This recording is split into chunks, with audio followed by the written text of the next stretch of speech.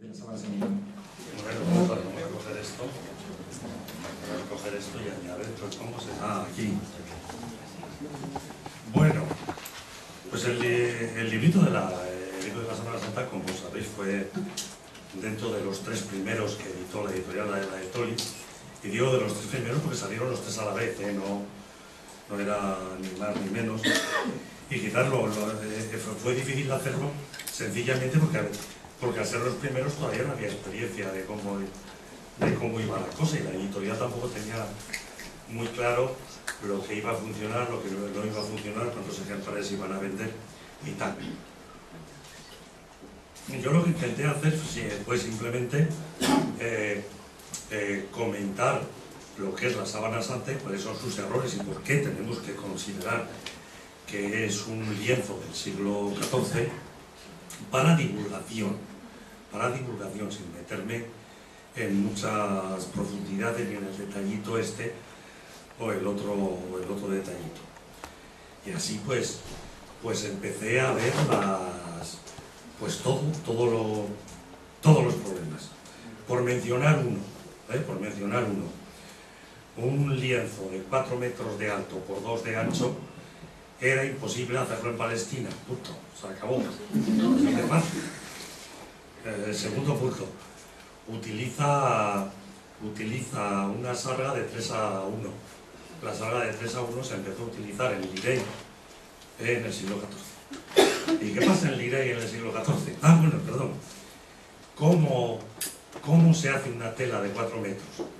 Bueno, pues hasta entonces lo que se hacía es un telar vertical. Un telar vertical. Con un telar vertical tienes una altura máxima, 2 metros. Para hacer una sábana de 4 metros lo que se hace es un telar horizontal.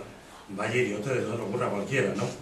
Salvo que el primer horizontal de la historia se da en Lirey, donde aparece la Sábana Santa de Lirey. Curiosidad, ¿verdad? Bueno, y después, como capítulo final, pues simplemente lo que hago es coger el artículo de Nature, donde los artículos son más de uno, donde demuestra que la Sábana Santa por el procedimiento del carbono 14 da que es de 1350 más o menos 25 años, decir cómo se ha hecho y atacar a las críticas que le habían hecho. No, es que el carbono 14 no funciona, o está muy contaminada. Bueno, pues hice una simulación de qué contaminación tenía que tener la Sábana Santa para que, siendo del siglo cero, diera que era del siglo XIV. Me salía que tenía que tener 3 centímetros de grosor de mierda. Pero hombre, sucia está, pero tanto. Después todo no, hombre, es que como estaba quemado, pues se ha cambiado el carbono 14. Digo, oye, pues si no lo sabías, el carbono 14 se quema. La primera es quemarlo. Además, como había velas, contaminaron. Bueno, ya vemos que no. Al final todo está muy bien. Y al final no, bueno, es que a lo mejor han hecho mal el experimento. Vamos a ver. Lo hicieron 3 laboratorios independientes con una prueba doble ciego.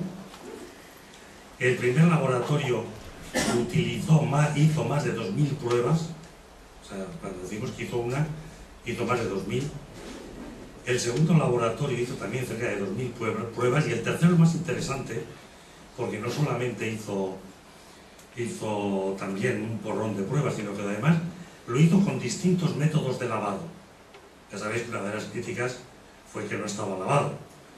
Bueno, pues en uno utilizaron un detergente y en el otro utilizaron ultrasonidos, y todo daba lo mismo. Y después, bueno, sobre todo es que el tema está muy claro. A los investigadores les dieron 4 botecitos. En uno había una cosa, bueno, os digo lo que era, pero ellos no lo sabían.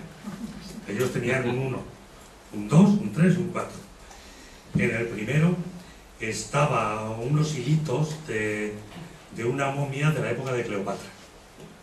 En el segundo había unos hilitos de la capa de Felipe d'Anjou, del siglo que sea. Y después había otra que no me acuerdo. Un trocito de un paño palestino árabe del siglo XII. Y después estaba la sábana santa.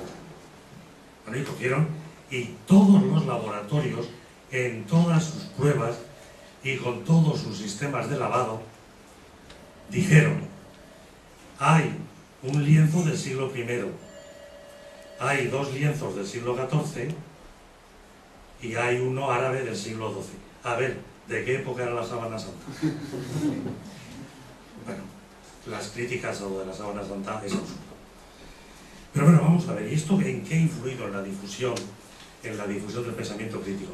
Hombre, yo creo que los libros hoy por hoy, no sé cuánto durará, pero me temo que poco, pero los libros hoy por hoy todavía tienen una difusión, tienen secciones, los periódicos tienen secciones de libros, los radios y las televisiones pues tienen secciones de libros. Entonces pues salieron los 3 libros de la colección La de Toni, los 3 primeros, estuvieron como algunos de los más interesantes de divulgación científica dentro de la Feria del Libro. Como consecuencia de eso salió en El País, El Mundo creo que fue que le salió también el mejor libro, los 3, eran los mejores libros de divulgación científica que se habían escrito en la época, y como consecuencia, o sea, los 3 los empezaron a llamar a radios y televisiones, y realmente creo que se conoció muchísimo a ARP, la Sociedad para el Avance del Pensamiento Crítico, gracias a la aparición de estos 3 libros. Es decir, que yo creo que sí que ha sido absolutamente decisivo,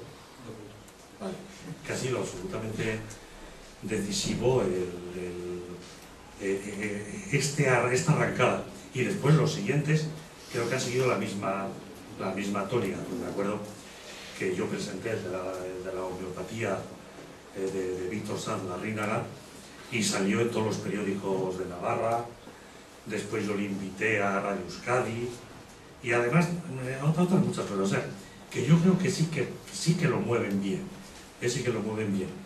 Bueno, y últimamente ya, que con el libro de la homeopatía de Mulet, además de que él por su cuenta... Sí, esto sí. Sí, de la homeopatía era el de Víctor, sí. Que él mismo ha hecho una cantidad de movimientos espléndidos, pero concretamente en el País Vasco, que es lo que más conozco, ha sido extraordinario. Varias conferencias en Radio Euskadi, en Radio Vitoria, en la SER, en Onda Cero, en fin, que yo creo que, y como siempre se dice de la Sociedad para el Avance del Pensamiento Crítico, y decimos que se busca en internet y ya está, pues yo creo que el efecto ha sido tremendamente positivo, y ya me callo.